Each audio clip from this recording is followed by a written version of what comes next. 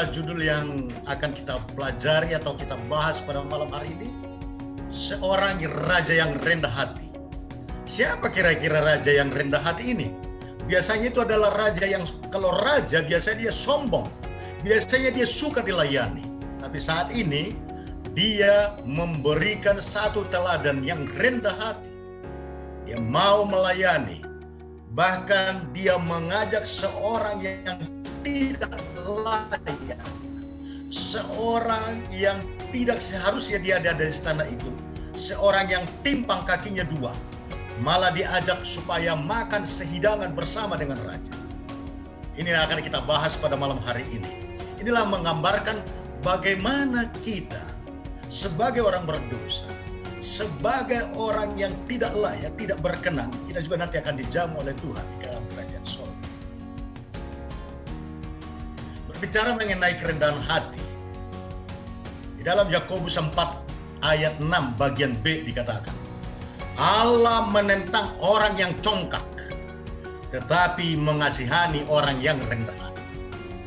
Saudara-saudara, kita sebagai umat Tuhan, kita harus menunjukkan bahwa kita adalah orang yang rendah hati. Makanya sepanjang mungkin ya tahun depan, tahun 2021 sampai dengan 2025, gereja kita atau organisasi kita sudah mengambil satu judul yang sangat memberikan pelajaran bagi kita sebagai servant leaders, pemimpin yang melayani, dan I will go. Maka tadi sudah dibuat lagu oleh Pendeta Del atau dari Jemaat Tanjung Perak, bagaimana lagu supaya kita akan pergi melayani atau pergi menginjil. Saudara-saudara, arti daripada ungkapan rendah hati adalah tidak sombong atau tidak angkuh. Rendah hati adalah sifat yang harus kita miliki dan tanamkan di dalam diri kita sebagai setiap umat Tuhan. Dengan rendah hati inilah kita bisa menjangkau orang lain datang kepada Kristus. Dan itu adalah kita teladani dari Yesus Kristus. Bersikap baiklah terhadap sesama, tanpa peduli agama, suku, warna kulit, status, dan sebagainya. Dan inilah yang diajarkan oleh Yesus kepada kita.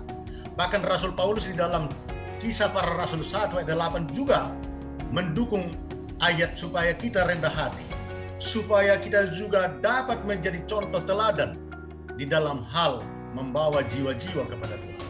Maka dikatakan, apabila Roh Kudus menguasai kamu, dalam Kisah Para Rasul 1 ayat 8, maka kamu akan menjadi saksiku di Yerusalem. Jadi seperti Ibu Teresia tadi kan, kita harus saksi pertama di mana? Di Yerusalem, di rumah kita. Habis itu baru kita akan saksi di Samaria, tetangga kita, di lingkungan mungkin kerja kita, Samaria, lingkungan kerja, bahkan sampai ke seluruh ujung bumi. Kita harus jadi contoh teladan di dalam hal kerendahan hati, karena hanya dengan kerendahan hati ini maka kita akan bisa nanti menjadi apa? Menjadi sahabat. Ya, kita akan bisa jadi dekat kepada orang.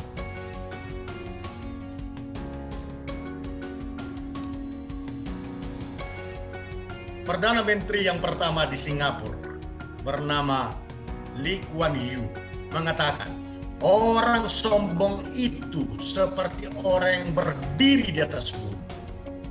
Dari atas dia memangnya kecil. Dia tidak sadar bahwa dia pun sesungguhnya adalah kecil. Kenapa? Dia melihat orang kecil dari atas, orang yang dari bawah pun melihat dia juga kecil. Saudara-saudara, ada 10 kata tentang rendah hati. Yang pertama, kerendahan hati jauh lebih menyenangkan dibandingkan sifat kesombongan. Karena orang yang rendah hati itu akan seorang yang bersahabat, seorang yang dia juga dapat mengerti orang lain, dan orang lain pun akan menjadi sahabatnya.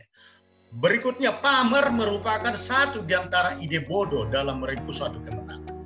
Kita harus seperti matahari, dikatakan, jalani hidup selayaknya. Matahari dilihat orang atau tidak, ia tetap bersinar. Dihargai atau tidak, ia tetap menerangi. Maka dengan itu tetaplah rendah hati.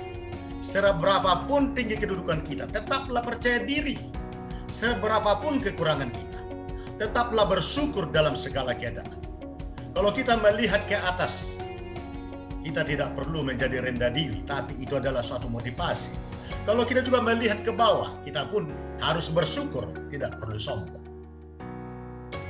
Yang berikut, orang dewasa adalah orang yang bijaksana, bertanggung jawab, selalu jujur dan rendah hati. Maka ada pepatah mengatakan seperti ilmu padi, makin berisi, makin merunduk. Kesombongan hanyalah komponen yang mampu membuat kita jatuh. Bukan hanya jatuh, terpuruk. Namun kita diajak tetaplah rendah hati. Sikap rendah hati itu baik karena jauh dari sombong. Asal jangan kita merasa rendah diri, karena kita akan kehilangan kesempatan. Yang terakhir, ke-10, kebahagiaan hidup yang sebenarnya adalah hidup dengan rendah hati. Saudara-saudara, kita senang dengan presiden kita yang ke-7. Setelah habis pelantikan, maka semua menteri-menteri yang terpilih disuruh, bahkan mereka duduk di halaman istana. Dia ini adalah sangat dididik oleh ibunya, orang tuanya, supaya hidup sederhana, hidup rendah hati. Maka tidak salah presiden kita yang rendah hati ini, pada saat dia selama 6 tahun di Solo, belum selesai wali kota, dia sudah jadi gubernur di Jakarta.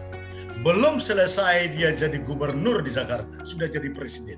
Seandainya mungkin masih ada di atas presiden, maka Presiden Joko Widodo ini akan naik lagi. Kita harus belajar bagaimana seorang presiden yang suka, bahkan dia orangnya gaul, sering belusuan tanpa harus pengawasan yang ketat. Karena dia betul-betul orang yang merakyat. Dan dia percaya dalam segala belusukan atau segala yang dilakukan, dia percaya Tuhan akan lindungi dan jagai dia dalam tugas yang benar. Saya membaca buku daripada orang tuanya, Ibu Suyatmi. Dikatakan bahwa dia selalu bawa ibunya pada saat kampanye waktu di Jakarta, pada saat kampanye juga di Solo, dan pada saat dia juga nginap di Jakarta untuk kampanye waktu mau jadi gubernur, ibunya selalu dibawa. Memang Presiden Jokowi ini adalah satu-satunya anak laki-laki, ya, dan 3 adiknya perempuan.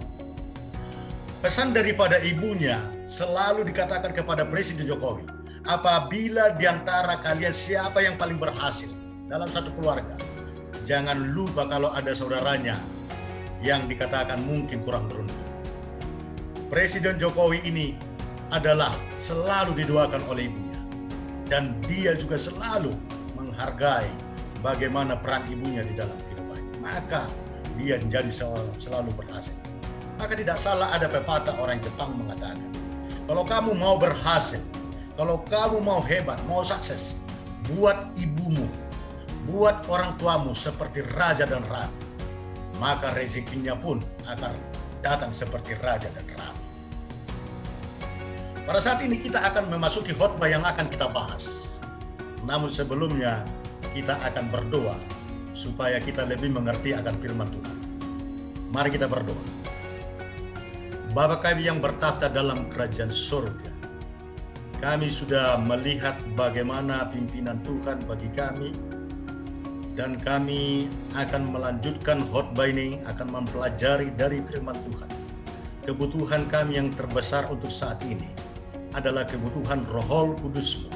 Roh Yesus ada di hati kami, sehingga kami akan mengerti firman Tuhan, dan kami akan meneladani kehidupan Yesus yang rendah hati, sehingga melalui kehidupan kami banyak jiwa diselamatkan. Dengan kami selamat, kami pun akan membawa kabar keselamatan kepada orang lain, sehingga banyak jiwa dipersiapkan bagi kedatangan Yesus. Terpujilah nama Bapa. Biarlah berkat Tuhan, urapan Tuhan bagi kami semua yang mendengarkan firman Tuhan ini, sehingga kami akan dikuatkan melalui kebaktian ini. Dalam nama Yesus kami berdoa dan mengucap syukur. Haleluya. Amin.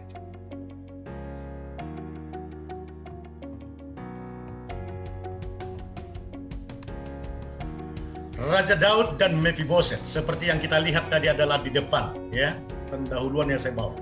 Ini diambil dari kitab 2 Samuel pasal 9 ayat 1 sampai 13.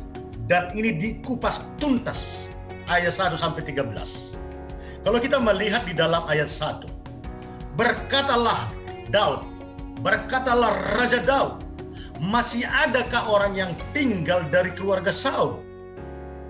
Maka aku akan menunjukkan kasihku kepadanya oleh karena Jonathan. Kita tahu bagaimana persahabatan daripada Jonathan dengan Daud. Walaupun Daud dibenci oleh ayahnya Raja Saul, tapi Jonathan, persahabatan Jonathan dicatat dalam buku Roh Nubuat, dalam Alfa dan Omega dikatakan bahwa persahabatan Daud dengan Jonathan adalah melebihi persahabatan seperti seorang lain jenis atau seorang memiliki pacar. Betul-betul hati mereka, jiwa mereka berpadu. Karena Jonathan tahu bahwa Daud ini suatu saat akan menjadi raja karena dia melihat bahwa di dalam diri Daud ini selalu dipimpin oleh Tuhan.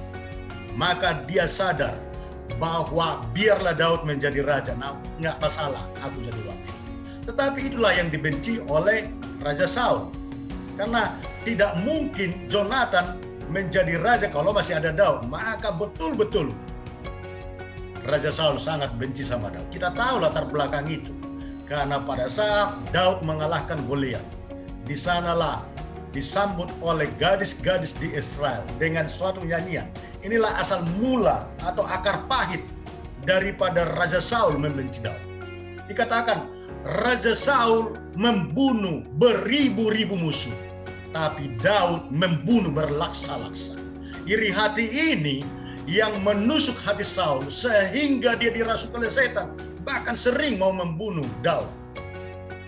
Namun Tuhan selalu melindungi Daud dan dia lepas dari niat jahat daripada Saul. Kita melihat bagaimana persahabatan Daud dengan Jonathan.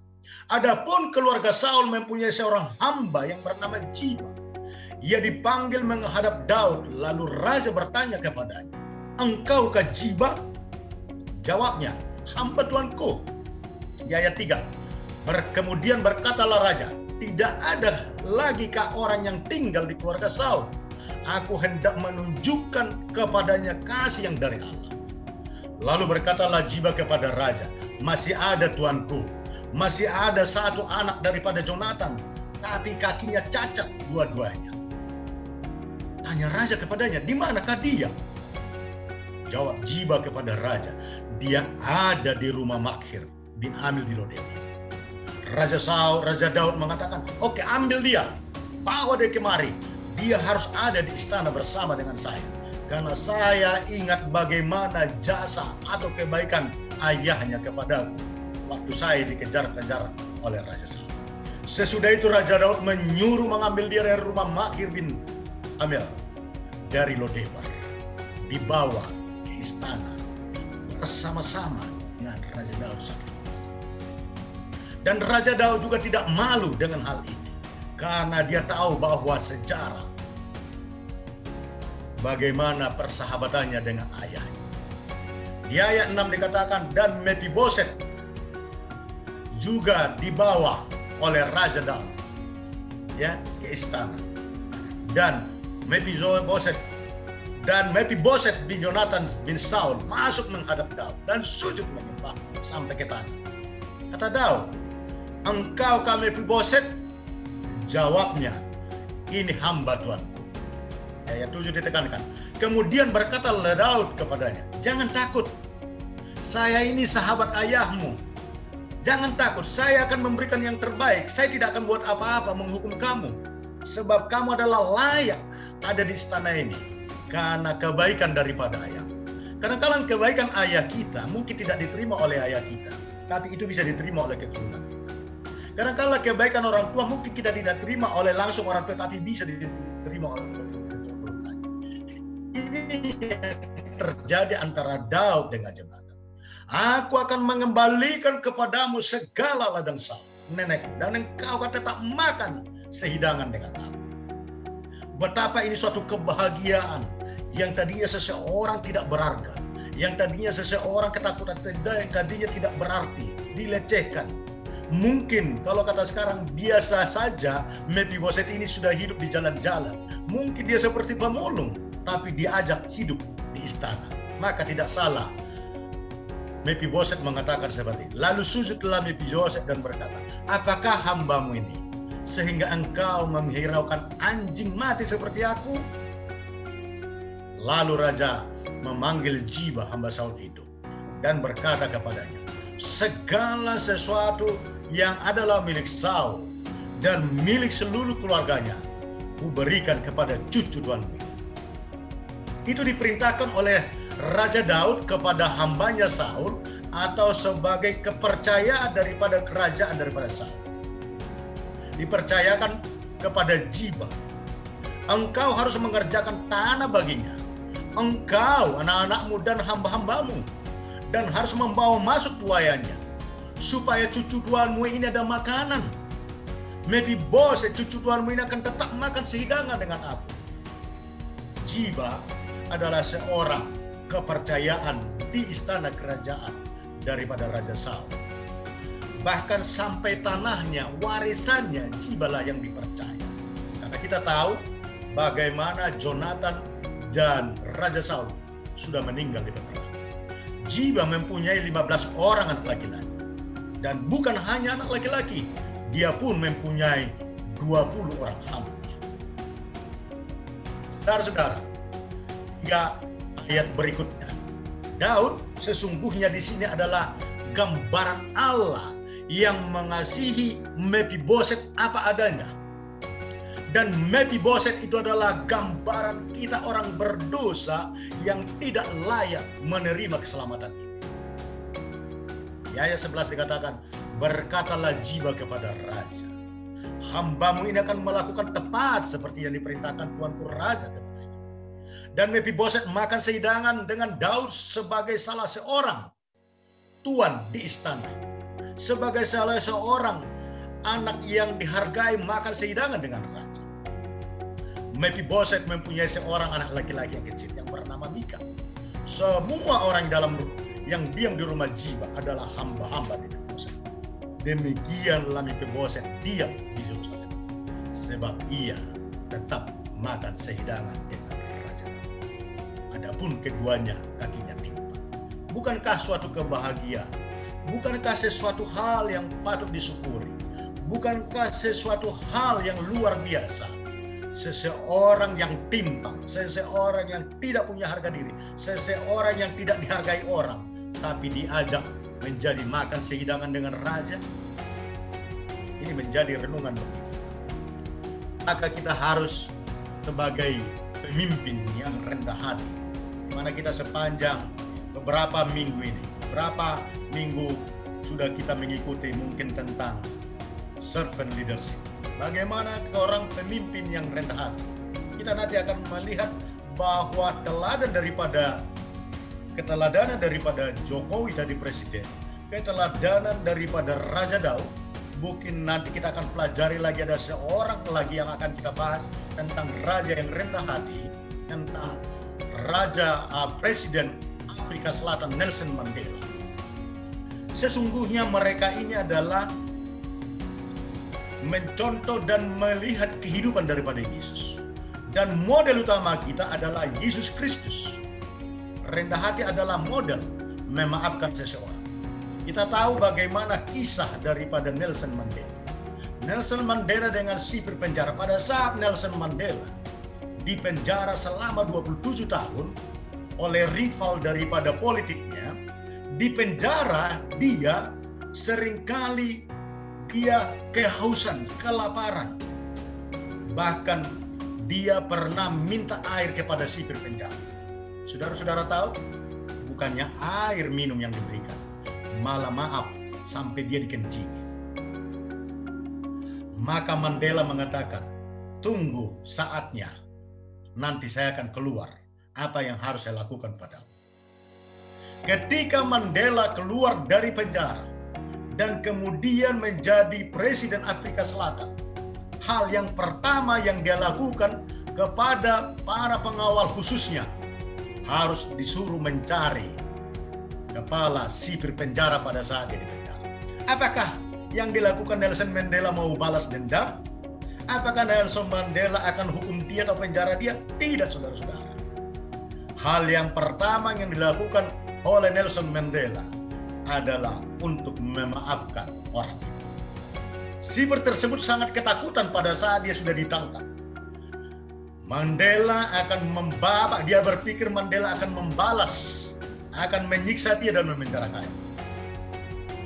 Bahkan pada saat dia makan dengan para pengawalnya, sipir penjara ini pun diajak makan sehidangan dengan Nelson Mandela.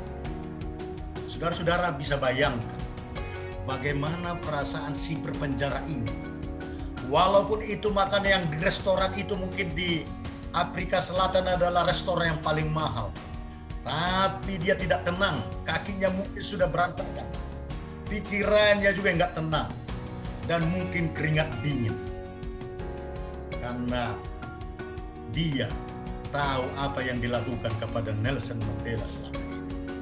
Namun apa Nelson Mandela bilang? Hal pertama yang ingin saya lakukan ketika saya menjadi presiden harus mencari kamu dan memaafkan segala apa yang kau perbuat.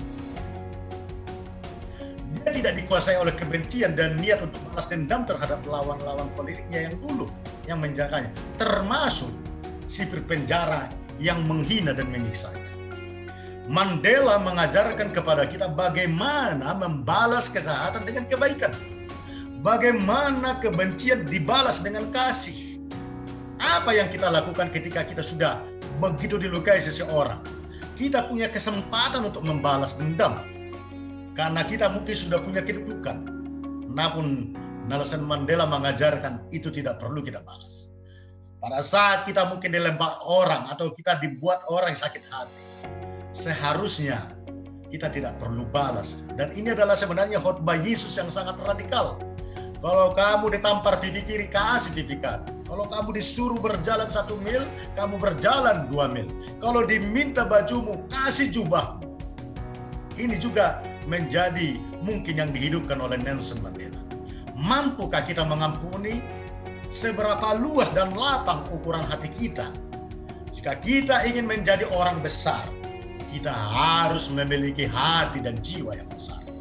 Ini ditunjukkan melalui sikap bagaimana kita rela mengampuni orang yang menyakiti kita.